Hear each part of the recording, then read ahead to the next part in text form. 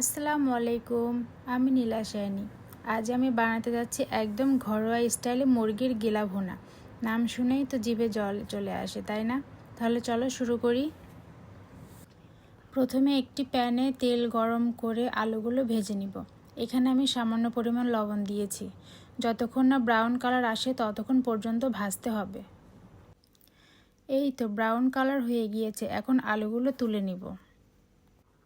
এবার ওই তেলেই এলাচ, দারচিনি, তেজপাতা ও 2টা শুকনো মরিচ দিয়ে দিব। এরপর হালকাভাবে ভেজে নিব। মশলাগুলো ভাজা হয়ে গেলে এবার 1 কাপ পরিমাণ পেঁয়াজ কুচি দিয়ে দিব। তারপর নাড়তে থাকবো। যতক্ষণ না ব্রাউন কালার আসে ততক্ষণ পর্যন্ত নাড়তে থাকবো। পেঁয়াজগুলো ব্রাউন কালার হয়ে গেলে এবার এতে 1 চামচ আদা বাটা, 1 চামচ রসুন বাটা ও 1 চামচ জিরা বাটা দিয়ে মশলাগুলো আবার ভেজে নিব।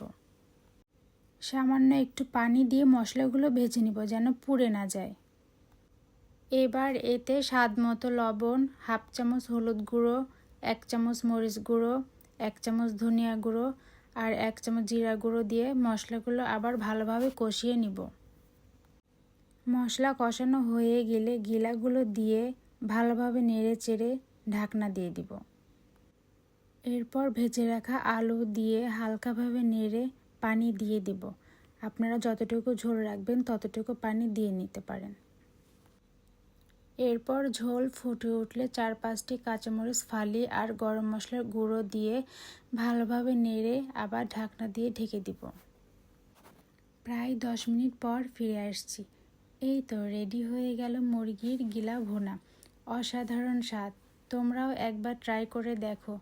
ভালো লাগলে লাইক, কমেন্ট আর শেয়ার করতে ভুলবে না।